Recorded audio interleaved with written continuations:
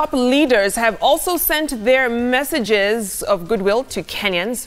We start with a message by ODM leader Raila Odinga, who says, quote, "While 2018 began as a difficult year, we ended on a hopeful and sane note. I am confident that brighter days are ahead of us.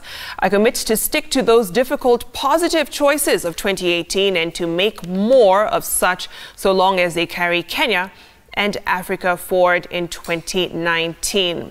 Also giving his New Year's message, Deputy President William Ruto saying, quote, "We remain on course to actualizing the Big Four agenda. Our priority area is technical education for sustainable development.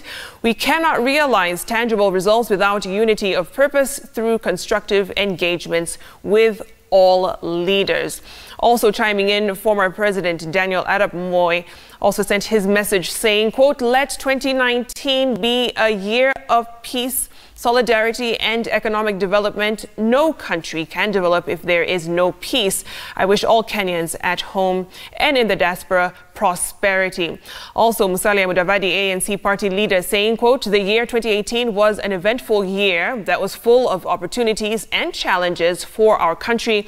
We have been faithful in our role of holding the government to account and to protect the citizens' rights to good governance, rule of law and human rights dignity." Also sharing his message is Senate Speaker Kenneth Lusaka, who says, quote, "2019 is a year with many expectations. I expect stability and looking forward to having legislations that will help citizens as well as firm up devolution."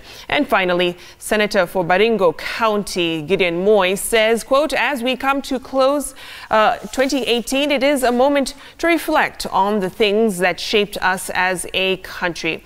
The March 9th handshake between President Kenyatta and former Prime Minister Raila Odinga taught us selflessness triumphs over selfishness and personal ambitions."